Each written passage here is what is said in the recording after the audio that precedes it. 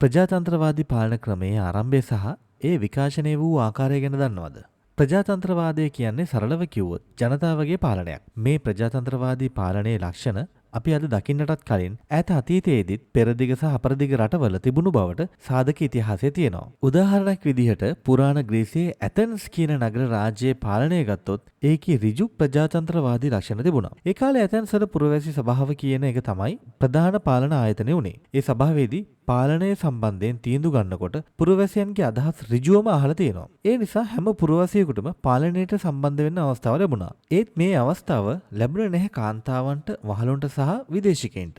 මේ විදිහට තීන්දුව ගැනීමේදී හැමෝම ඍජුවම සම්බන්ධ වෙන එක තමයි ඍජු ප්‍රජාතන්ත්‍රවාදය කියන්නේ. තවත් උදාහරණයක් විදිහට ක්‍රිස්තු පූර්ව 6 වන සියවසේදී ඉන්දියාවේ වජ්ජි කියන ජනපදයේ සමූහාණ්ඩු පාලන ක්‍රමයක් තිබිලා තියෙනවා. ඒ වජ්ජි ජනපදයේ පාලනයට සප්ත අපරභානීය ධර්ම කියලා නීති රීති කිහිපයක් තිබිලා තියෙනවා. ඒ ධර්ම වලින් සමහරක් අද අපි දකින ප්‍රජාතන්ත්‍රවාදී පාලනයේත් දක්නට ලැබෙනවා. ඒ අතර නිතර රැස්වීම් පවත්වා සාකච්ඡා කිරීම, සියලු දෙනා එකගතාවයකින් රැස් වී සාකච්ඡා කර විසිරී යාම වගේ දේවල් තියෙනවා. ඒ වගේම පැන වූ නීති රීති අකුරටම පිළිපැදීම, වැඩිහිටියන්ට ගරු කිරීම සහ ඔවුන්ගේ උපදෙස් වලට ඇහුම්කන් දීමත් ඒ ධර්ම අතර වුණා. මේ සිද්ධි වලින් පේනවා අතීතයේ පෙරදිග රටවලත් ප්‍රජාතන්ත්‍රවාදී පාලනයේ ලක්ෂණ තිබුණු බවට. දැන් අපි යුරෝපයේ පැත්තට හැරෙමු. ක්‍රිස්තු වර්ෂ 5 වන සියවසේ සිට 15 වන සියවස දක්වා යුරෝපයේ පැවතුනේ වැඩවසම් සමාජ ක්‍රමයක්. ඒත් 15 වන සියවසෙන් පස්සේ ඉඩම් වලට සීමා වුණු සේවාව වෙනුවට වෙළඳාම මත පදනම් වුණු ආර්ථිකයක් ගොඩනැගෙන්න පටන් ගත්තා. ඒත් එක්කම